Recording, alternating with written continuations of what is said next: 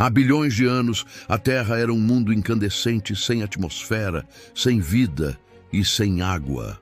Hoje, cerca de 70% da superfície do nosso planeta está coberta por água. Mas como ela chegou aqui? Essa pergunta intriga cientistas por décadas. A resposta ainda não é definitiva, mas várias teorias estão em jogo.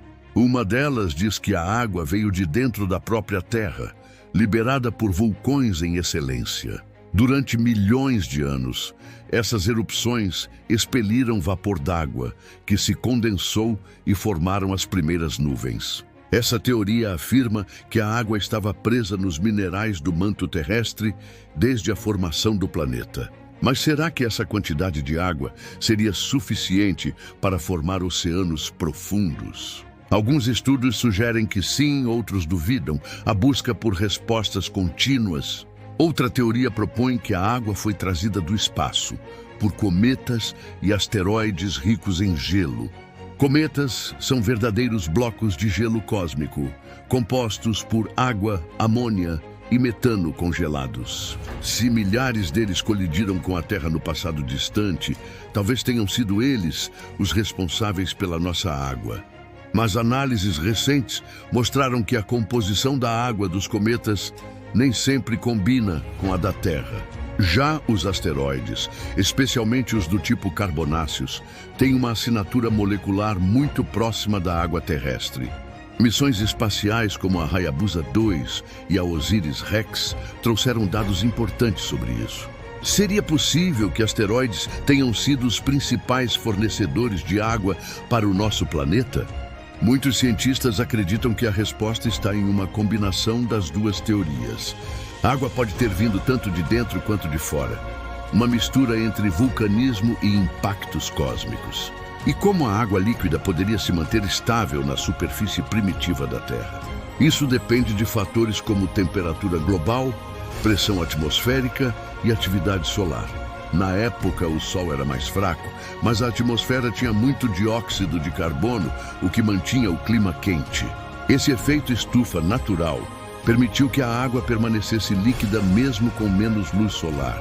À medida que a Terra esfriava, o vapor d'água se condensava e caía em forma de chuva torrencial. Essas chuvas duraram milhares de anos, enchendo depressões e formando os primeiros lagos e oceanos. Os oceanos começaram a surgir há cerca de 4,4 bilhões de anos, bem mais cedo do que se imaginava.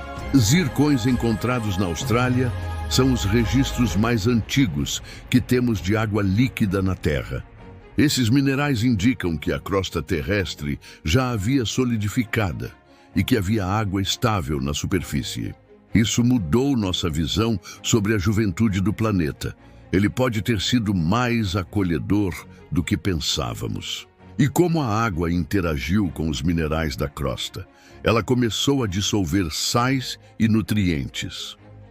Essa mistura criou os primeiros oceanos quimicamente diferentes dos atuais, mas igualmente essenciais. Com o tempo, a salinidade aumentou, dando origem aos oceanos salgados que conhecemos hoje.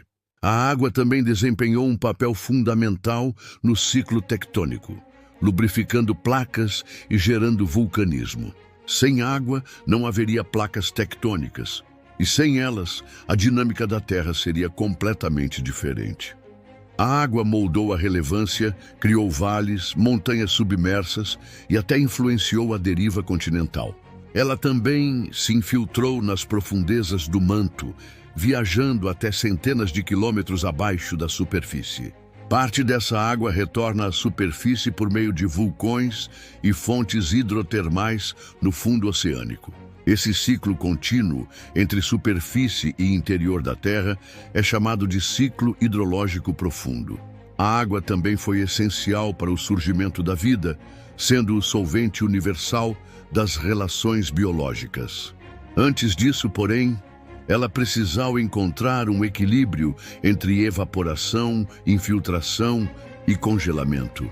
Ela ajudou a regular a temperatura global e a criar padrões climáticos satisfatórios ao longo de bilhões de anos. A presença de água também contribuiu para a formação da atmosfera e da camada de ozônio.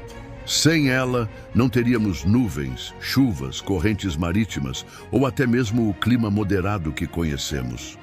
A água moldou não apenas a paisagem física da Terra, mas também sua história biológica e química. Ela é, em muitos sentidos, o ingrediente-chave para tudo o que somos hoje. Mas e agora?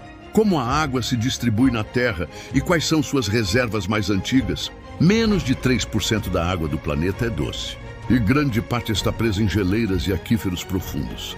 Mesmo assim, a maior parte da água da Terra continua circulando em um ciclo contínuo, como faz há bilhões de anos. Ela sobreviveu a cataclismas, extinções, glaciações e até a ação humana.